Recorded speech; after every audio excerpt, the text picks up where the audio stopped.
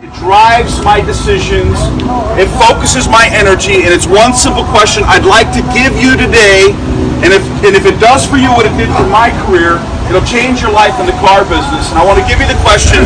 I'm going to give it to you in pieces. I just want you to repeat after me, and then I'm going to say it together, but I want you to just think about the power of this one question. Here's the question. It's simply this.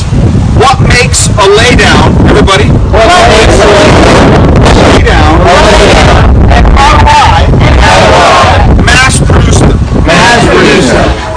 That is the question that has haunted me for almost 20 years in this business.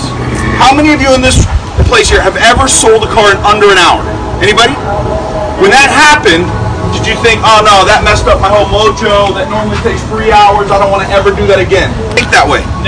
No, instead, when you sold that car in under an hour, you said to yourself, what just happened? Where are their brothers and sisters, and how can I do that again? Can I get an amen? Amen. In fact, you probably thought the very thought I had when it happened to me the very first time. I thought, what just happened? How do I do that again? Exactly. The difference for most salespeople and me is I became obsessed with that question. It bothered me.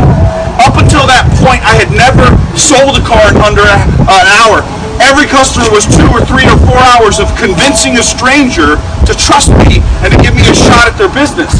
And if you've convinced people for weeks or months on end, and then you have this laydown just come in and just trust you and just buy from you, you feel like, oh dear God, why can't they all be like that? Anybody ever felt that way? Oh yeah. So here's what I discovered. Here's what I discovered I want to give you. If you'll take that question, what is it that really makes a laydown a laydown? What is it that makes that? And how do I mass produce it? How do I do that over and over and over and over and over again? What you end up with is really obvious answers that if you focus on those, they change your behavior with your client a little bit. And all these little things over time help you create a business built on laydowns, a business built on raving fan advocates. But if I ask the question, what is it that makes a laydown a laydown? Right? And if I just ask you to come up with an answer, what's one of the answers? Trust. What else? Previous customer. The fact that they're a previous customer, which ties into what? Trust. What else? Kindness. What's that? Kindness. Kindness, how you treated them. Your what? Your process and following steps systematically. What else do we think of? What's that? The value that you build that makes the price seem less of an issue. And we understand this is not rocket science, this is not new revelation knowledge. Everybody understands this. The question though of today is how can I incrementally, with my next client, how can I incrementally increase my trust? How can I demonstrate more kindness? How can I build that little bit more value? How can I make sure I don't skip steps? And if I do that over time, there's a thing called the accumulative effect. I lived in Minnesota for 10 years. I can tell you about accumulation. A single snowflake falls from the sky, hits your hand, and melts instantly. Put about 70 trillion of them on the ground, and they shut down an entire city. Accumulation is where success comes from. It's a whole bunch of little things that in the moment don't matter. In the moment, you can skip them. In the moment, you don't have to offer them water. In the moment, you don't have to do a proper walk around. In the moment, you can kind of do a half test drive. In the moment, they don't matter. All the things in the moment don't seem to matter. But accumulative, on top of each other, they can shut down the city. What you have to do is ask yourself some simple questions. What would be an act I could do? What would be a way I could frame? What would be a way I can establish or I can demonstrate value, trust, rapport, kindness? What can I do with my next customer just to elevate that, the 1%, the 2% difference than maybe what they got down the road, or maybe what they might get if they went down the road, or maybe from what their last car buying experience was like? How do I elevate that 1 or 2%? And then trust in the law of accumulation. And you start to mass produce laydowns. Now I'm going to give you something else that bothered me. What also bothered me when I sold cars was how customers would bring their negative stereotype to me and act like it was my fault that they had a bad experience down the road. You know what I'm talking about? It's a challenge, right? The customer doesn't mean to do it, but it's something about just the experience. I had a bad taste in my mouth the last place. I come to you guys, and I almost can't help but judge you by the past experience. And so what I became is I became convinced that I wanted to build a certain kind of business. Let me tell you the kind of business I came committed to. It became a business where I was going to be celebrated instead of just being tolerated. You see, because here's what I found in our industry. Most salespeople who are average are barely tolerated. They're barely tolerated by the customer. They're barely tolerated by their management. And then they're barely tolerated by their own family. Some of you are either there or know somebody whose family is tired of tolerating you working that one more day off you were supposed to be with them. Working past your shift one more time because you're worried about hitting your bonus. Having to come in early, having to stay late, having the missing weekends that you're supposed to be with the family, and your family is barely tolerating the business you've created. Your customers barely tolerate the way you talk to them or the way you serve them.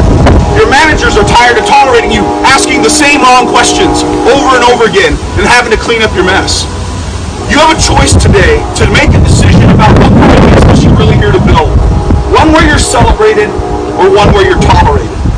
I chose to create a business where I was celebrated, which meant I was committed to adding more value than anybody else that they would meet, adding so much value that my customers would feel obligated to do business with me and find me irresistible. And that became the second question I asked myself. And I encourage you, if this resonates with where you're at right now in your industry and the business, I encourage you to write these questions down and keep them posted somewhere where you can see them. When I wrote down the question, how can I add so much value to my next customer that I become irresistible to them and they feel obligated to do business with me?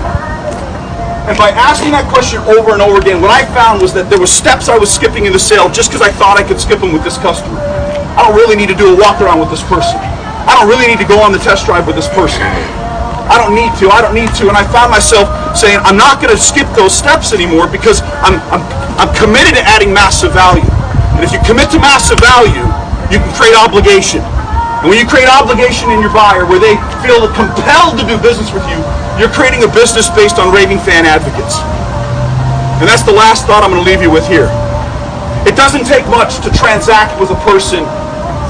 Having a transactional relationship with a customer is not difficult. All you need to have is an attractive price and something they want. But that has nothing to do with the value you bring. And that will not build a book of business for you.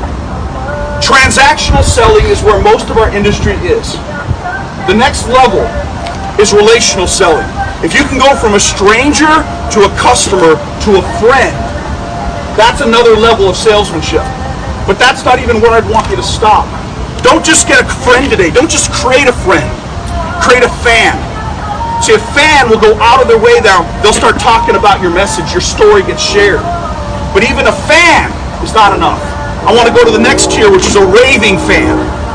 Like if we went to the Razorback game and we were in the parking lot and I said, now that's a fan and that's a raving fan. What would be the difference? What's the difference between a fan and a raving fan? Enthusiasm. Their enthusiasm. What else do you notice probably?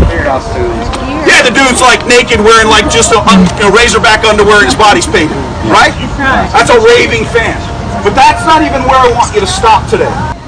Take a customer and turn him into, take a stranger, turn him into a customer. Turn a customer into a friend into a fan into a raving fan, and the apex of the industry is called a raving fan advocate. An advocate is somebody who will hurt themselves to see the cause or the person they care about win. An advocate will block streets for the cause they care about. An advocate gets arrested. An advocate puts yard signs up. An advocate unfriends their mother. What you want is you want your customers to say, I just unfriended my mother because she bought from another dealership than the one my salesman works at. You want customers who will put up yard signs, put on bumper stickers, wear your buttons. You want customers who will advocate for your cause, who want you to win and are willing to injure themselves to see you succeed. Customers who will go out of their way to make sure you have a great month. That only happens through massive value. That only happens because you're so exceptional, the customer feels compelled to tell your story. But average people don't create raving fan advocates. Average people are tolerated. And that's the choice you have in this business. To be celebrated or to be tolerated. That's your choice. And that's going to come from the small decisions that don't matter in the moment, that stack up over time and make all the difference in the kind of business that you have, and the kind of relationship you have with your clients, the the kind of relationship you have with management, and the kind of relationship you have with your family. The choices that you have in the future are determined by the choices you make today. So today I just invite you to consider this, to commit to that little extra 1%, 2% of trust, of relationship, of value, of your process. And in doing so, create a business where you're celebrated, not where you're tolerated. Decide today what you want to look like, and let the law of accumulation work in your favor. It takes time and commitment. And if you'll do that, you'll change your business and change this industry. And that's all I got for you guys. Thanks. Yeah,